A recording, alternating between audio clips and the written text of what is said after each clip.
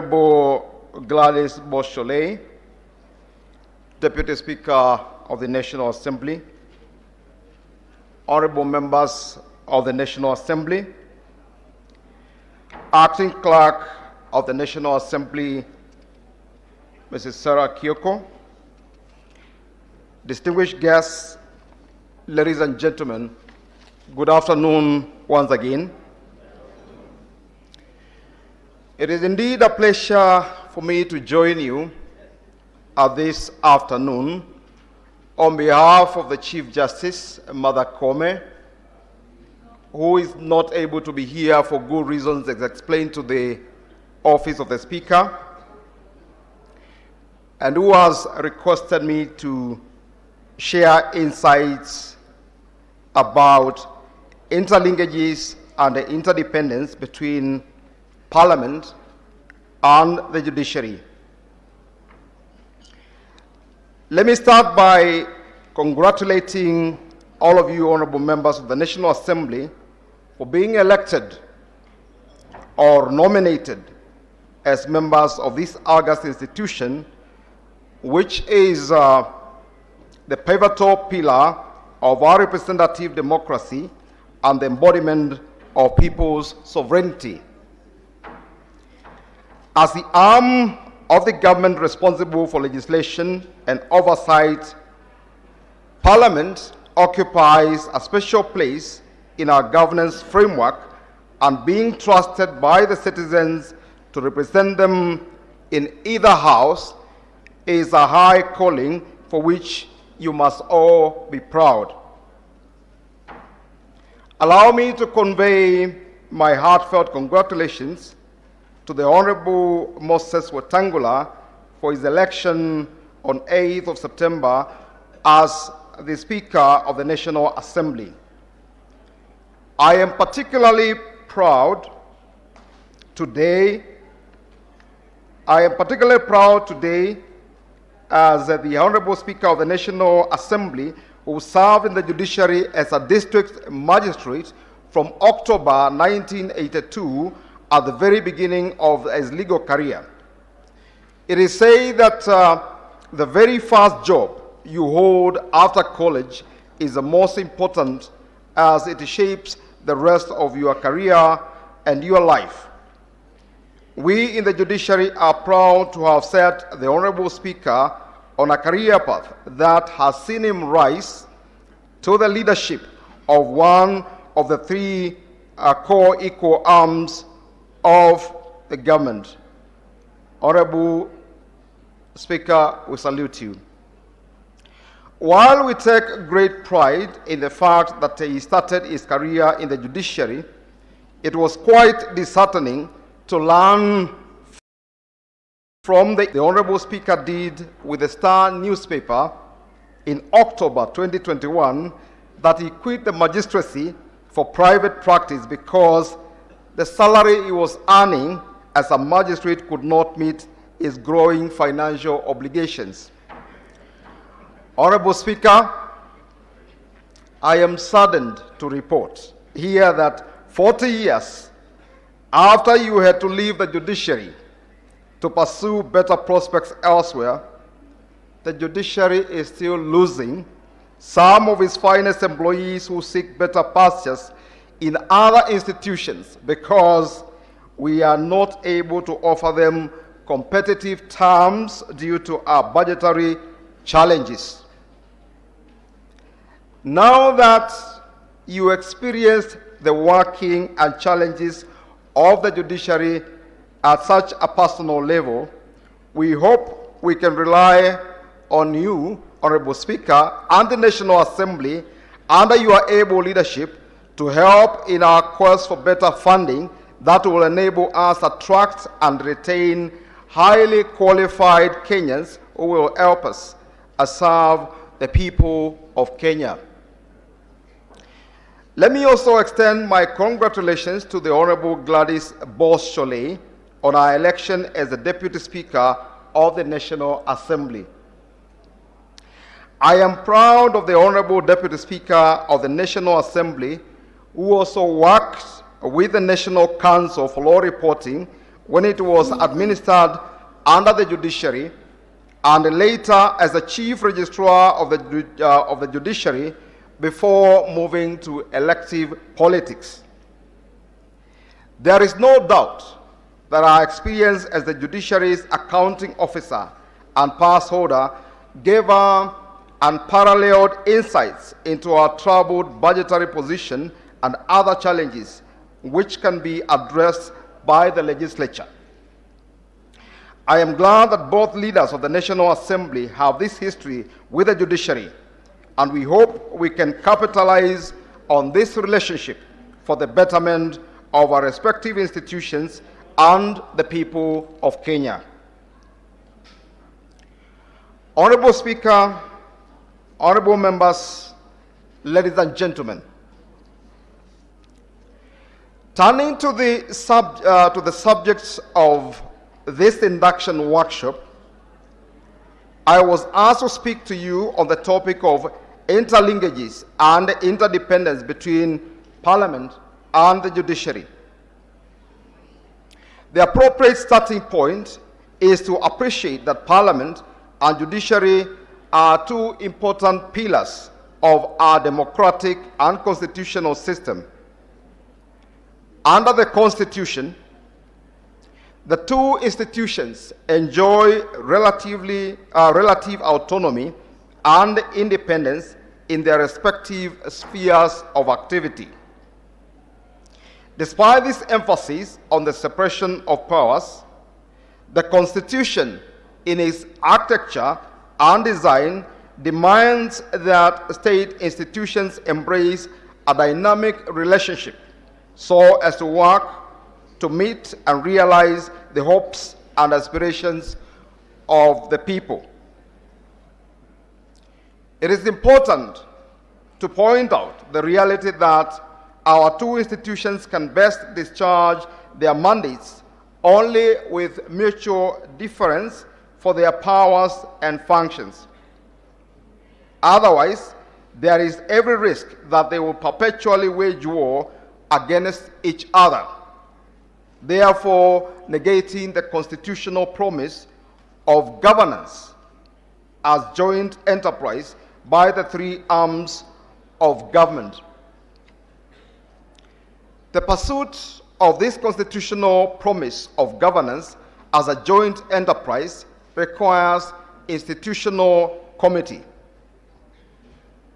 The ideal of institutional committee can only be practically realized if courts appreciate that the legislative domain is the terrain of the Houses of Parliament, whose members must be given the leeway to legislate.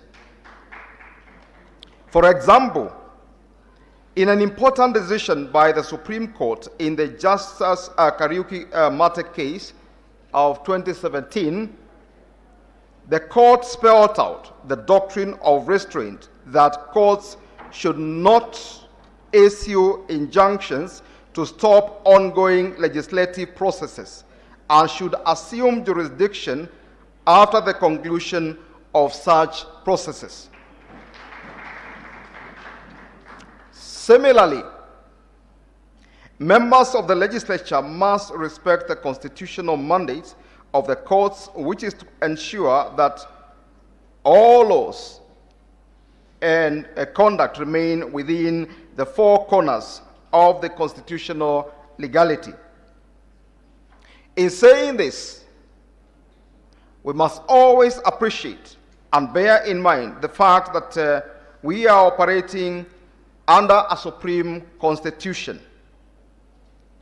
The supremacy of the Constitution, honorable members, as articulated in Article 2 of the Constitution, means that the Constitution binds all state authority, organs, and institutions. Given that the values, principles, and rules articulated in the Constitution have normative force and enforceable by the courts, this means that where any state organ acts contrary to these norms, then courts must of necessity intervene to restore the intention of the Constitution. Our plea to the legislature is not to see such judicial intervention as power struggle between the various branches of government. Rather, judicial intervention, properly understood, is an attempt by the courts to redirect the various arms to proper constitutional channel for the pursuit of their goals. Put differently, to attain the goal of consolidation of democracy requires a strong parliament that discharges its representation, oversight, and law-making roles robustly. However, this does not mean that Parliament should enact abusive laws, fail to oversight the government of the day, and trample upon the rights of citizens, including the vulnerable and the marginalized groups in our society. Honorable Speaker, honorable members, ladies and gentlemen, the engagement between our two institutions should also be pursued in a context that is mindful of our constitutional history. We ought to always remember that both the legislature and the judiciary were often dismissed in the pre-2010 dispensation as insignificant actors in governance. This is because they were seen as being mere rubber stamps for the executive branch. This notion was connected with the widely prevailing perception then that although these two institutions had considerably significant powers under the repealed Constitution, in practical terms, they had abdicated on their mandate, thus did not play a decisive role in governance. We must therefore understand the significance of the coming into force of the 2010 Constitution as an inflection point in the place and role of Parliament and the judiciary in governance in Kenya. This historical context should make us appreciate that ours are still fragile institutions that need nurturing and support to discharge their functions, especially the shared oversight mandate, optimally as envisaged in the Constitution. I say this because the mandate and the power that our institutions hold is bestowed by the people of our beloved country to be exercised not for our sakes, but for the benefit of the people. This is why in the judiciary, we have shifted focus from institution building to social transformation, asking ourselves how we can turn the judiciary and access to justice into tools for achieving the social transformation that the people of Kenya enshrined in the 2010 Constitution. The 2010 Constitution marks a shift from a traditional understanding of the role of a constitution as being focused on limiting government powers to one which supports a responsive state that is geared towards enhancing public welfare and constructing a socially just society. This shift, honorable members, means that the government must change its perception and understanding of service delivery to the citizenry and to think creatively and proactively about how to deliver public services to all citizens in a manner that is coordinated, efficient, and cost-effective. Public agencies are now duty bearers who are expected to meet the needs of the citizens and ensure their well-being. It is for this reason that the Constitution under Article 48 obligates the state and not the judiciary, not just the judiciary, to ensure access to justice for all. In addition, Article 21, Sub-Article 1, imposes a duty on every state organ to realize the rights and fundamental freedoms, including the right to access justice. In delivering access to services to the Kenyan people, state institutions should conduct their relationships based on consultation and cooperation.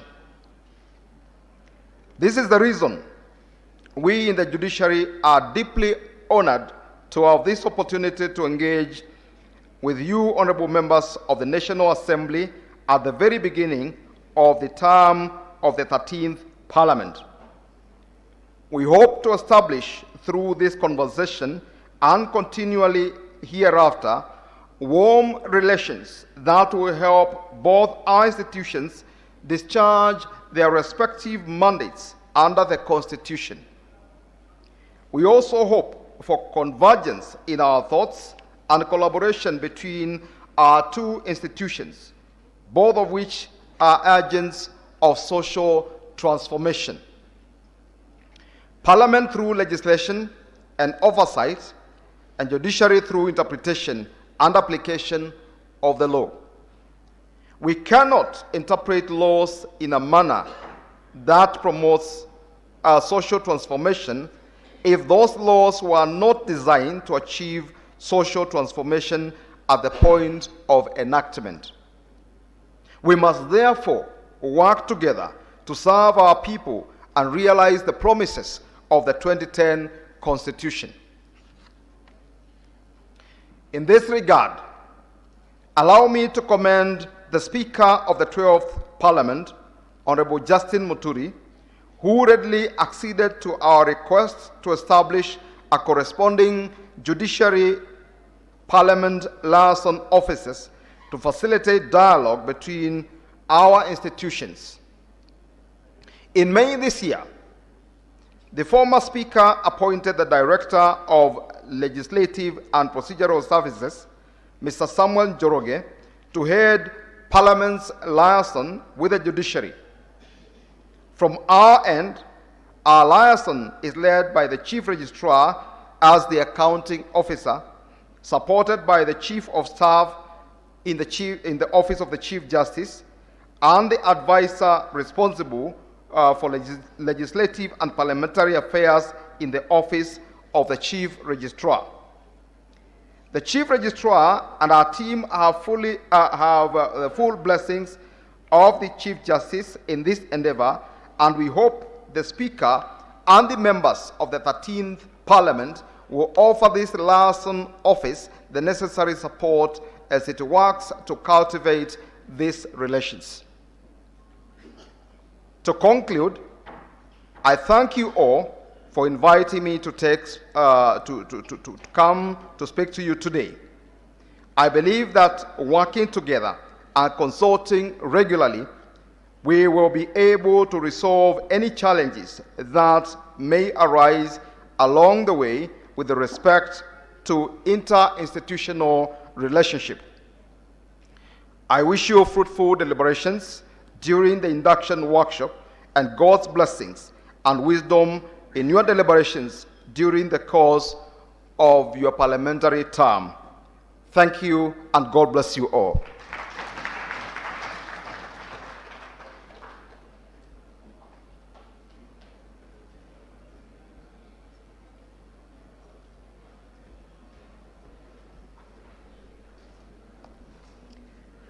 And now, on behalf of the Speaker of the National Assembly, Honorable Moses Wetangula, and each